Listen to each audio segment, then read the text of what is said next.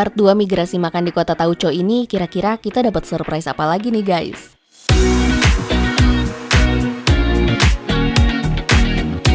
Hari kedua di Cianjur bisa dibilang kita udah excited banget nih dari pagi. Weekend Sabtu gini jadi lebih rame dan seru gitu ya kayaknya. Satu lagi yang bikin semangat tuh karena kita mau sarapan nasi uduk yang lumayan terkenal dan legend juga nih. Udah buka dari tahun 80-an loh katanya. Kalian pada tahu nggak nasi uduk Mang Lili ini? Kita datang sekitar jam 8-an gitu, emang beneran penuh guys. Lauk dan aneka side dish-nya masih lengkap sih, tapi kayak udah pada menipis gitu. Tapi karena ini semua udah kemasak, tinggal plating doang, jadi cepet kok antriannya. Pilihan lauk utamanya ada daging sengkel, telur, tahu, dan temen makan lainnya ini nih yang seru. Macam-macam gorengan kayak risol, bakwan, mendoan, terus payek udang dan sate-satean juga. Kalau dari rasa sih dominan asin gurih dan pedes gitu ya. Sedep lah pokoknya. Tapi paling top sih sate kikil, perkedel dan dagingnya ini sih. Oh ya, di depannya tuh ada yang ngamen live music gitu dan ada mang kembang tahu ini nih. Cocok banget lah abis makan yang asin-asin, makan yang manis anget gitu kan. Tapi serius dari awal sampai kita beres makan ini nggak pernah sepi loh guys. Perut udah kenyang, udah isi tenaga, kita jalan ke arah alun-alun. Soalnya tadi sempat lewat dan ada rame-rame gitu. Ternyata emang lagi ada event nih. Dan kayaknya tiap weekend alun-alun di mana juga rame ya. Nah, ada yang ikonik banget nih di alun-alun Cianjur ini. Dia tuh kayak gapura atau pilar ya, yang setiap tiangnya tuh ada Asmaul Husnanya gini. Ini dia ngebentuk lorong gitu sampai ke pelataran Masjid Agungnya ya. Nah, di sini banyak lah aktivitas buat anak-anak. Kalau mau jajan-jajan juga serba ada kok. Kita jalan sampai keluar ke sisi satunya di depan pendopo Cianjur yang ada lonceng Borcar yang udah eksis lebih dari 200 tahun ini nih. Terus keluar ke Jalan Siti Jenab dan ke arah stasiun. Kita mau cari tempat istirahat sambil duduk-duduk dulu lah. Dan keingetan kemarin tuh ada coffee shop di sebelah stasiun yang cukup menarik. Namanya Kilometer 95. Ini bangunannya kayak di gudang Belanda gitu ya guys. Dan bisa duduk di luar sambil liatin kereta juga loh kalau pas lagi lewat. Kopinya pun cukup proper kok. Kita pesan lemon americano sama es kopi susunya. Karena jalan lumayan jauh, kena angin sepoi-sepoi. Terus karena kafenya sepi juga, jadi banyak ngelamun nih kita.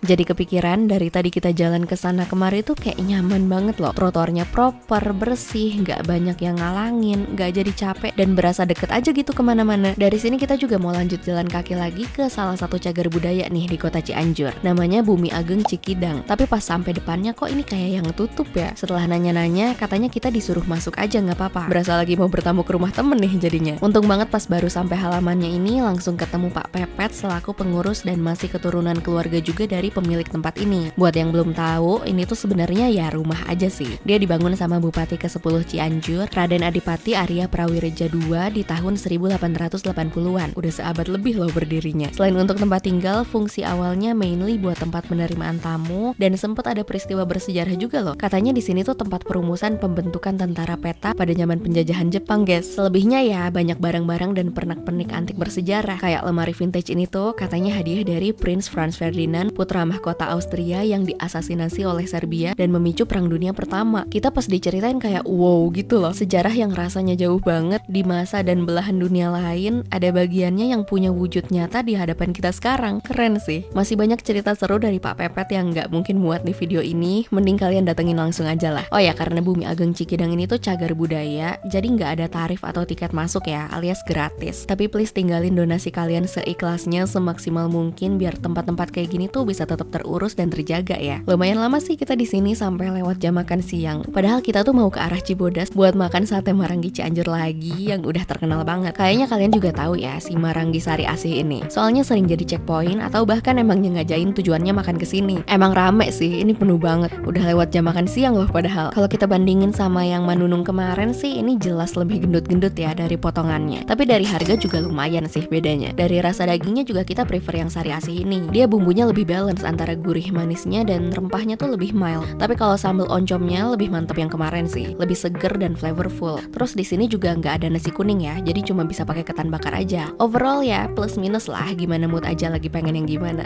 Puas makan kita langsung balik ke arah kota lagi dan kita sempat mampir ke Living Plaza ini. Jajan chat time sambil ngadem dan nunggu makanan turun. Soalnya malam ini kita mau makan salah satu inceran dari Bandung juga nih. Asli ini unik banget sih. Dia tuh tempatnya nyempil, terus harus lewatin pemakaman gini dulu. Tapi pas sampai buset dalamnya luas bener cuy. Kalau ke bawah ada area kolam gini. Ini tuh kayak rumah rumah orang deh, karena banyak foto keluarga juga. Kayaknya sih yang punyanya ya. Nah, udah tahu belum jualannya apa? Bacil guys. Ini tuh katanya pelopor bacil di Cianjur dan gak buka cabang di mana-mana. Spesialisnya emang si bacil ini, tapi mereka punya menu cukup beragam sih. Ada cireng gepeng, mimian, seblak, aneka cemilan, bahkan makanan berat nasi ayam buat rame-rame gitu juga ada loh. Kemarin kita cobain bacil yang pakai bakso telur nih. Porsinya udah ada isian mie sama kikilnya juga loh. Kalau kuahnya kalian bisa tentuin sendiri ya mau sepedes apa. Tapi buat kita level 1 ini udah paling pas deh. Masih bisa dinikmatin lah pedesnya. Buat yang cirengnya juga ini kuahnya sama sih. Kalau seblaknya baru kalian gak cuma bisa pilih level pedas, tapi ada 4 jenis kuah. Kemarin kita cobain yang nyikur ini lumayan strong kencurnya. Jadi aku lebih cocok sama si kuah bacilnya tadi. Beres makan yang pedas-pedas, bawaannya pengen ngopi sambil ngadem gitu kan. Pas kemarin ke Maranggimanunung tuh sempat lewat coffee shop ini yang dari luar emang catchy banget ya. Ternyata dalamnya juga cozy dan emang rame yang nongkrong di sini. Minumannya juga not bad lah. Kita coba es kopi susu, matcha, dan mocktailnya ini nih yang cukup impresif buat aku. Terus buat temen nongkrongnya, selain light meals, mereka juga punya macam-macam roti isi gitu. Lumayan betah sih nongkrong di sini sampai nggak berasa udah malam aja. Hari ini kita beresin di sini aja ya guys. Tapi masih ada beberapa list yang bakal kita datengin di hari terakhir besok. Ada yang bisa tebak nggak bakal kemana aja?